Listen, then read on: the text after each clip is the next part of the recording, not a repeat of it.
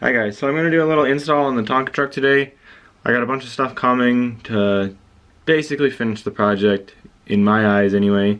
I'm sure I'll find something later on that is something I'll want to change or do something different with, but for right now, I got a set of the SCX-10 standard brass beef tubes. As you can see right here, this is what they look like.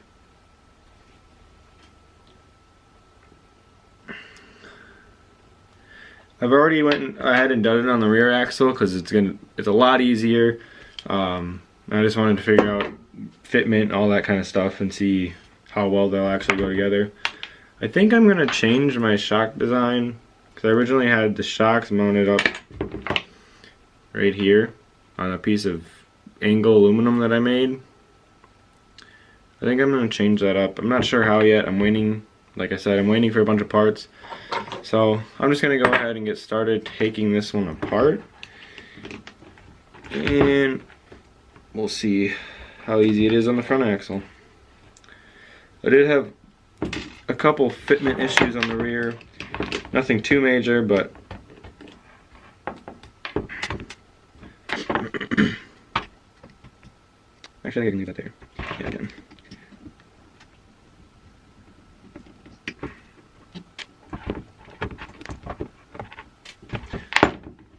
There's nothing, I haven't upgraded really anything on this truck except for the links. I have the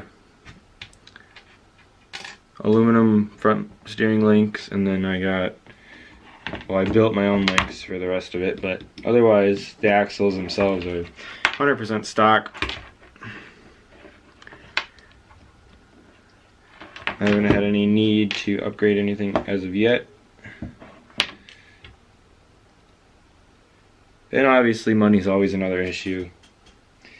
How much money do I want to stick in this truck versus the next one, and yada yada yada. Trying to get multiple projects going at a time. Not really ideal. Kind of a headache, to be honest, but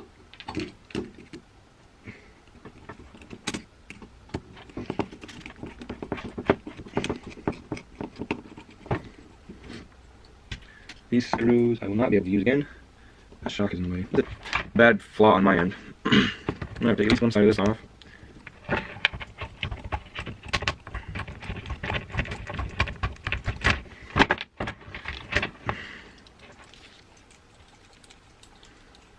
Stuff that I know I'm going to be putting back together, I'll usually take the screw out, take the nut, and screw it back on just a little bit, so I don't end up losing that screw or digging through all the screws to find the one that's the right length. Just like so. It'll already be there, ready. Well, I'm not do that for sure. Let's do that. There's not in the way of me getting off that screw. Okay, so this kind of mess. I don't really like this design. I have a I can almost a little better easier. I can maybe do it, but then again, with these beef tubes, they allow me to put as long as screw in there, so I'm not going to near the amount of strength. Unless I were to drill and tap into beef tube. Instead of its own brass, it's not really that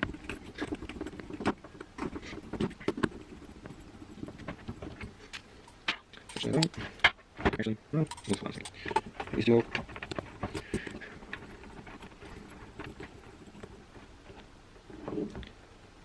I did weigh the axles, the rear, just like this, with nothing on it really, versus the front with all the steering linkage, all the servo, all the shocks, everything got mounted up to it. And if I were to take the shocks off and leave the steering linkage, the servo, all that, it would weigh about the same as the back one with the beef tubes installed. So it's a considerable amount of weight that you're adding down low, which is what the Tonka needs because of the metal. All the metal crap for the Tonka is so heavy and so top heavy. All it wants to do is tip over if you get on any kind of incline. Another part of that is these shocks are not very good. Okay, so that comes off. Okay. It's gonna be easier than I thought. It's been a while since I took apart a 610 axle. Trying to figure out what I'm doing.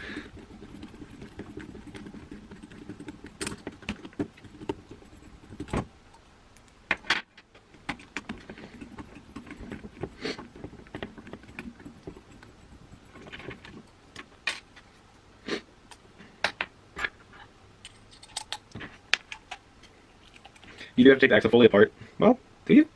Yes, you do, because you have to trim out some plastic. So you will have to take the axles fully apart.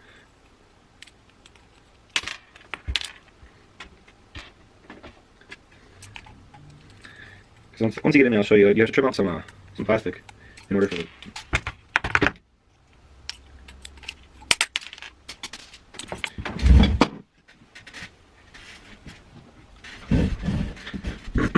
You do have to trim out some plastic in order for the beef tubes to sit in the axle the way they are meant to sit in the axle.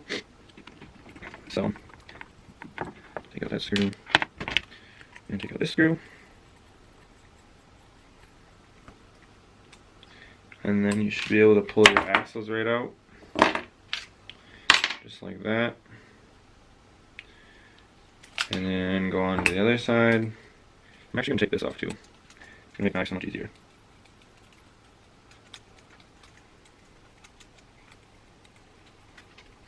Taking the steering linkage off both sides. I don't think you'd have to, but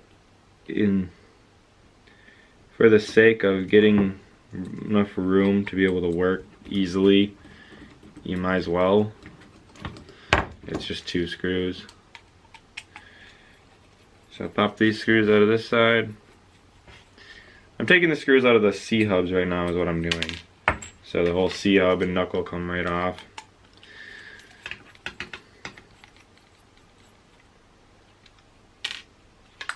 And these screws will not be used again, so you can set those way off to the side. The screws that hold the C-hubs in. Pop that axle out. Then, yeah, you should be able to take the axle apart, just like that.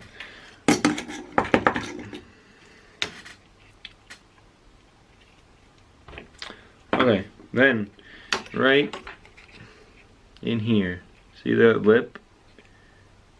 Where the bearing would typically sit, you gotta go in there with a hobby knife, a Dremel, whatever works best for you.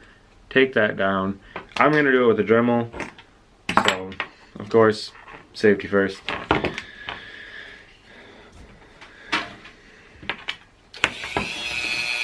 I know this is probably not the best bit to use for this, but it works.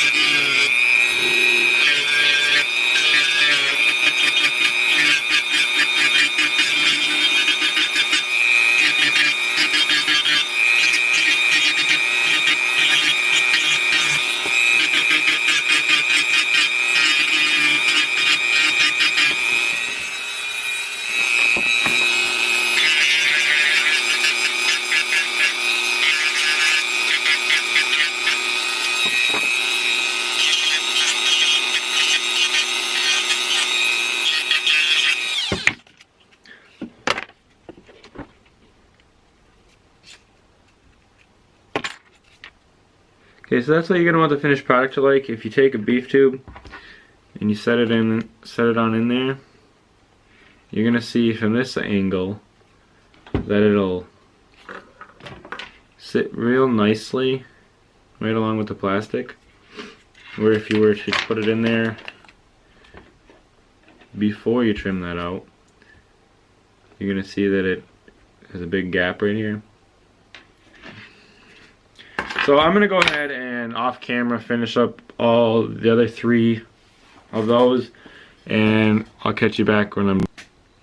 Okay, so doing this, I wanted to bring you guys in for a quick second here. Doing this with the Dremel, you end up with a lot of crap, plastic from obviously the Dremel. What I do to clean that is Mousse Slick, and I'll just spray it down. Because you're not going to want all that plastic getting in all your diffs and creating binding and all that kind of stuff. So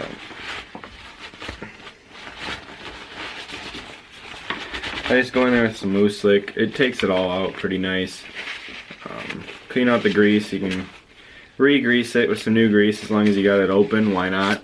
But yeah, other than that, I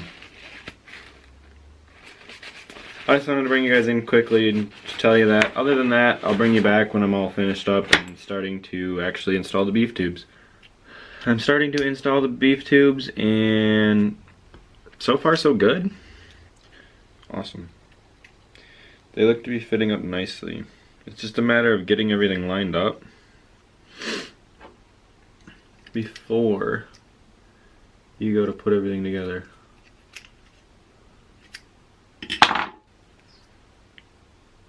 Okay, I think we're good. So this is what it's gonna look like. As you can see, the beef tubes take the place of that little piece of plastic in there, as in holding the actual bearings.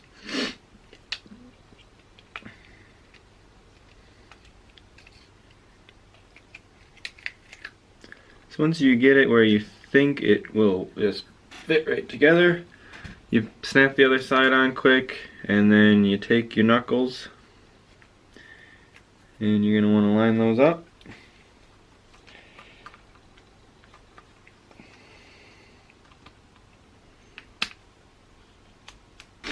Alright, so then in the bag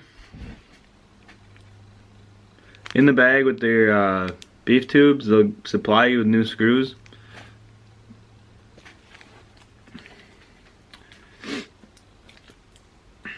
There's 4 of them, which is all you need. Because the old one, the screws that come out of these knuckles, unless you have already upgraded to aluminum, then you won't need these screws. But in case you're still stock, like I am on this axle, the screws that come out of it are plastic screws. They have much coarser threads.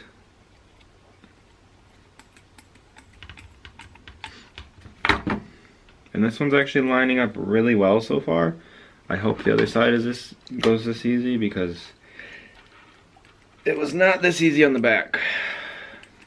I did have a slight issue with fitment. Alright, that side is started. Now onto this side. Is it still lined up? Yeah, it looks to be really good actually. Get that axle to fit in there. Just like so. And then we'll pop this on. Line up the dog bone. And we should be able to just put some screws in here.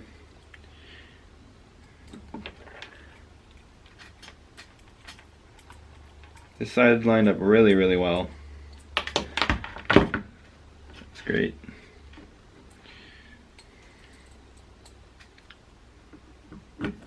I usually put these screws in on the knuckles first, because if you go ahead and do the ones on the center of the axle and then this doesn't all line up, you're gonna end up taking these back out. So just a little tip to make things a little bit easier.